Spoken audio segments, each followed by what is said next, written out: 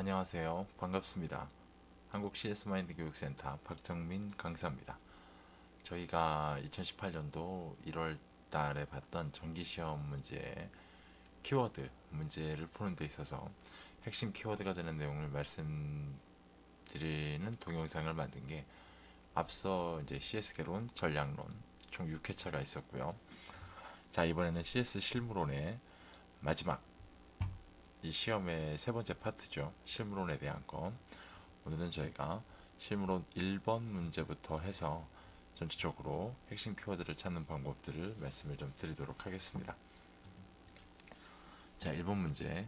이미지 형성 과정과 관련해 다음 보기의 내용에 해당하는 것은 무엇입니까? 라고 보기가 나오고 있고요. 이 문제 같은 경우는 이제 자주 출제되는 문제는 아닙니다만 기본적으로도 알고는 있어야 되는 거고요. CS 개론에서도 한 번 정도는 좀 저희가 그 CRM 인간관계 측면에 보셨을 때 거기에서 나오는 문제이기도 합니다.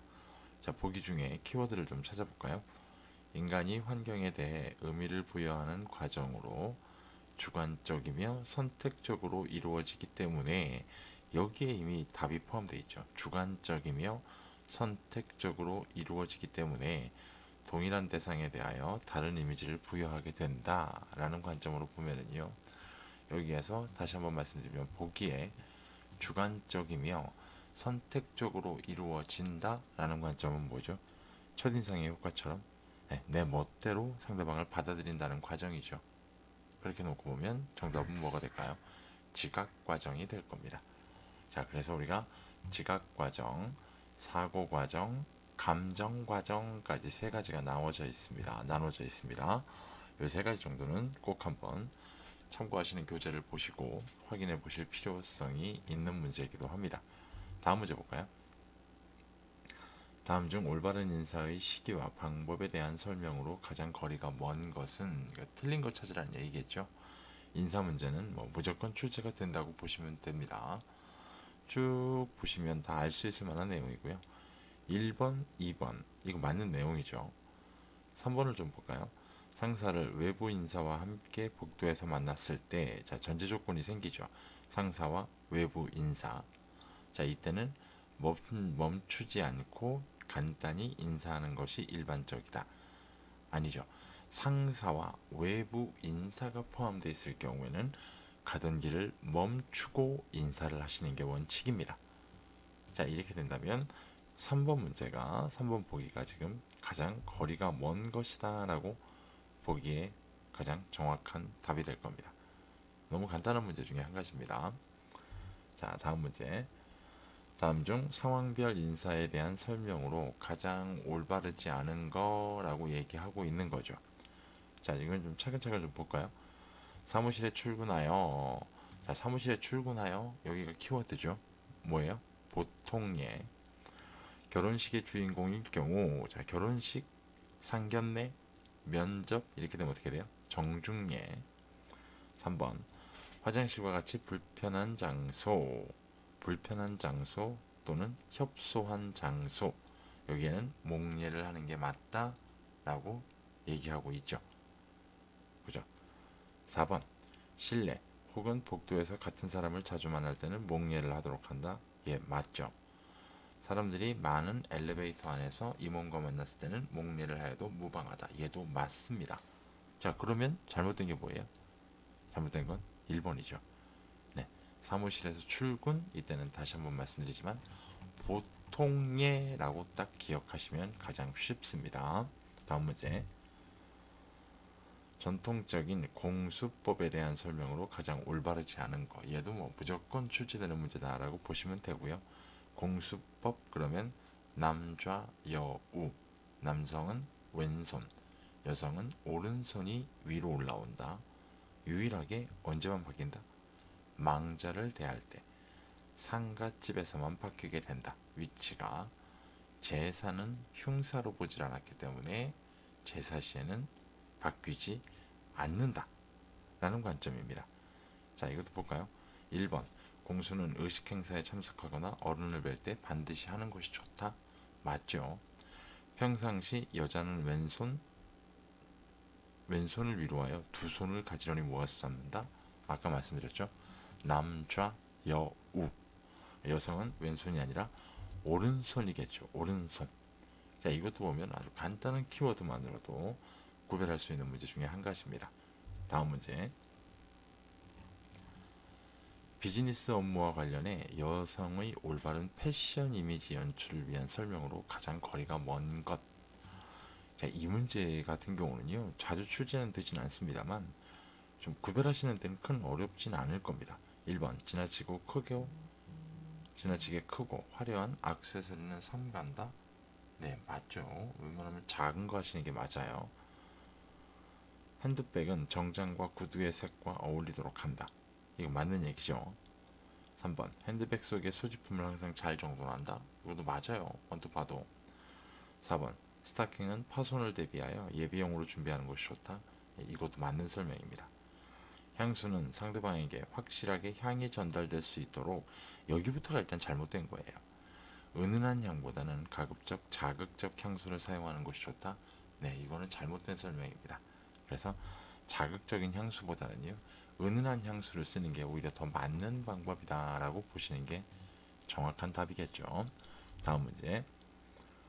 다음 보기의 내용에 해당하는 화법. 자, 화법 나옵니다. 화법. 보기를 좀 볼까요? 고객님, 이번에 새롭게 출시된 2018년 KIE 스마트워치 모델의 경우 무게가 20g 정도 늘어나긴 했지만 그만큼 배터리 용량이 늘어나서 이전에 비해 훨씬 더 대기 시간이 길어졌습니다. 자, 여기 잘 보세요. 무게가 늘어났긴 했지만 이것과 뒤에 나오는 용량이 늘어났습니다. 이게 어떤 구조를 갖고 있죠? 연관되죠. 무게가 늘어나서 용량이 늘어났습니다 라는 관점이잖아요. 자, 그러면 연관, 대칭적 구조를 갖고 있는 화법의 이름 뭡니까? 보상 화법이 되겠죠. 간단하게. 이거 연결시켜 줄 수 있나요? 네, 그런 관점으로 기억하셔야 됩니다. 보상 화법 말고요, 흔히 우리가 얘기하고 있는 아론슨 화법은 뭘 기억하셔야 됩니까? 그러면 아론슨 화법, 아론슨 화법은 뭘 기억하셔야 될까요? 제가 녹음을 하면서도 굳이 말씀을 안 드려요. 아론슨 화법 꼭 기억하셔야 되고요. 아론슨 화법은 뭐예요? 관점의 차이죠. 관점의 차이. 두 가지 꼭 구별할 줄 아셔야 됩니다. 어느 때인가부터인가 모르게 아론슨 화법과 보상 화법은 같은 문제 보기로는 잘 나오지 않습니다. 이런 특징도 좀 있다는 거 알고 계시면 좋을 것 같습니다. 다음 문제. 고객 상담과 비즈니스를 위한 질문 기법 중 개방형 질문에 대한 설명으로 가장 올바른 거. 개방형 질문에 대한 설명으로 올바른 거. 자, 이거 같은 경우는 뭐 5가지가 딱 나와 있다. 개방형이라고 한다면 대답하는 사람들이 자유롭게 대답할 수 있게끔 해준다. 자, 1번 고객의 답변에 초점을 맞춘다. 맞나요? 초점을 맞춘다. 초점 맞추는 거 선택형. 처리해야 할 사항을 확인받을 수 있다. 이건 뭘까요? 확인형. 고객들의 마음에 여유가 생기도록 한다. 얘가 개방형이죠. 화제를 정리하고 정돈된 대화를 할 수 있다. 선택형. 몇 가지 중 하나를 선택하게 하여 고객의 욕구를 파악할 수 있다. 뭘까요? 얘도 선택형. 그러면 답은 3번 여유가 생기도록 한다 라는 관점으로 바로 보실 수가 있을 겁니다. 다음 문제. 다음 중 시인이 제시한 불평고객 유형으로 보기 어려운 거. 자, 불평고객 유형이다 라고 나옵니다. 저희가 이제 실무론에서는 4가지 정도 나오죠. 소극적으로 불평하는 사람, 수동적 불평자, 불평을 표현하는 사람, 표현 불평자, 화내면서 불평하는 사람, 화내는 불평자, 행동으로 불평하는 사람, 행동 불평자, 이렇게 나올 수가 있을 거예요. 자, 이래놓고 본다면 1번 경로자. 경로자는 뭘까요? 경례는 화를 낸다는 의미잖아요. 경로자. 화내는 불평자죠. 불평 행동자. 불평을 표현하는 사람. 표현 불평자. 수동적 소비자. 아까 수동적 불평자. 소극적으로 불평하는 사람 나왔죠. 적극적 행동자 사람 행동 불평자죠. 행동으로 표현하는 사람. 권유적 협상자 고객이 협상하려 할까요? 아니죠. 고객은 협상이 아니라 자기의 불평을 내세워서 솔루션을 원하려 하는 사람들입니다. 그래서 권유적 협상자라는 표현은 좀 맞지가 않죠. 기본적으로. 다음 문제. 불만 고객 관리와 관련하여 컴플레인 처리 시에 유의사항으로 가장 거리가 먼 것은 물어봅니다. 컴플레인 처리 시에 유의사항이라는 말이 나와요. 자, 1번 잘못된 점은 솔직하게 사과한다. 이거 맞죠? 2번 고객에 대한 선입견을 갖지 않는다. 네, 이것도 맞아요. 3번 고객의 입장에서 성의 있는 자세로 임한다. 이것도 맞죠. 4번 설명은 개인 견해를 바탕으로 진솔하게 한다. 자, 이거 잘 보세요. 개인 견해라는 건 무슨 얘기죠? 이건 직원의 관점이잖아요. 근데 직원의 관점, 개인적 견해라는 건 뭐예요? 주관적이라는 의미죠. 절대 서비스에서는요, 직원 또는 기업의 입장을 주관적인 걸로 고객을 설득할 수가 없습니다. 기업이나 또는 직원은 어떻게 해야 돼요? 무조건 객관적이어야만 할 겁니다. 객관적. 자, 이렇기 때문에 답은 4번이 될 겁니다. 자, 마지막 저희 10번 문제 보도록 할까요? 다음 중 코칭, 자, 코칭 나옵니다. 단점에 대한 설명으로 가장 올바르지 않은 것, 코칭의 단점. 한 가지 좀 말씀드리면 코칭은 일단 1대1, 1대1로 하다 보니까 노동 집약적, 또 하나 상호작용을 할 테니까 커뮤니케이션 능력, 이런 세 가지 정도의 키워드만 좀 알고 계셔도 되죠. 1번 교육의 성패가 코치의 능력에 지나치게 좌우된다. 이거 맞죠? 제가 아까 노동 집약적이라고 말씀드렸어요. 2번 코치와 학습자 간의 계약 관계는 학습에 지장을 줄 수 있다. 네, 이거 맞습니다.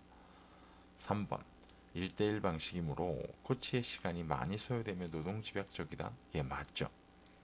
4번 코치에 비해 학습자의 비약적 성장이 가능하다. 아니요. 코치에 비해 학습자의 비약적 성장이 가능하다라는 관점은 단점이 아니라 장점이죠. 얘는 장점. 그죠? 5번 매일의 코칭은 학습자에게 부담이 될 수 있다. 얘도 단점으로 맞는 설명이죠. 이렇게 되면 70번, 10번 문제의 정답은 4번. 얘가 단점에 대한 설명으로 가장 올바르지 않는 설명이 될 겁니다. 자, 오늘도 실무론 1번부터 10번까지 고생 많이 하셨고요.